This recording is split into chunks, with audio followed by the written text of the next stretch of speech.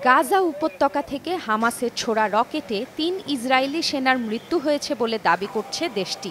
এ ঘটনার পর গাজার সঙ্গে কেরেম শালোম সীমান্ত বন্ধ করে দিয়েছে ইসরায়েল, যে অল্প সংখ্যক সীমান্ত দিয়ে গাজায় খাবার ও ওষুধসহ মানবিক সহায়তা পৌঁছাতে পারে, তার মধ্যে একটি এই সীমান্ত।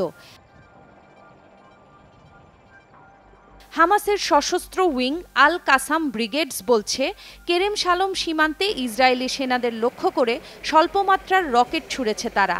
ইসরায়েলি প্রতিরক্ষা বাহিনী বলছে, দক্ষিণ গাজার রাফা সীমান্তের কাছাকাছি এলাকা থেকে 10টি ক্ষেপণাস্ত্র ছোড়া হয়েছে।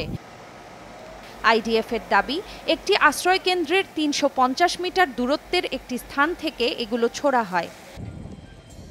এ ঘটনা এমন সময় ঘটল যখন গাজায় যুদ্ধবিরতি এবং ইসরায়েলি জিম্মি মুক্তির চুক্তিতে পৌঁছাতে হামাসের সঙ্গে মিশরে আলোচনা শেষ করেছেন সমঝোতাকারীরা। এক বিবৃতিতে রোববার হামাস জানায়, নতুন আলোচনার বিষয়ে দলের নেতৃত্বের সঙ্গে পরামর্শ করতে কাতার যাচ্ছে প্রতিনিধিরা। গণমাধ্যমের প্রতিবেদন বলছে, সমঝোতার আলোচনায় অংশ নেওয়া সিআইএ প্রধান উইলিয়াম বার্নসও দোহার উদ্দেশ্যে কায়রো ছেড়েছেন। এই সমঝোতার প্রস্তাবে গাজায় ৪০ দিনের যুদ্ধবিরতি, ইসরায়েলি জিম্মি মুক্তি এবং ফিলিস্তিনি বন্দীদের মুক্তির বিষয়টি অন্তর্ভুক্ত করা হয়েছে বলে জানা গেছে।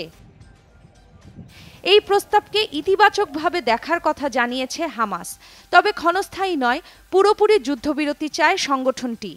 তবে ইসরায়েলি প্রধানমন্ত্রী বেনিয়ামিন নেতানিয়াহু সাফ জানিয়ে দিয়েছেন, যুদ্ধবন্ধের অঙ্গীকার নিয়ে কোনো চুক্তির বিষয়ে সম্মত নন তিনি।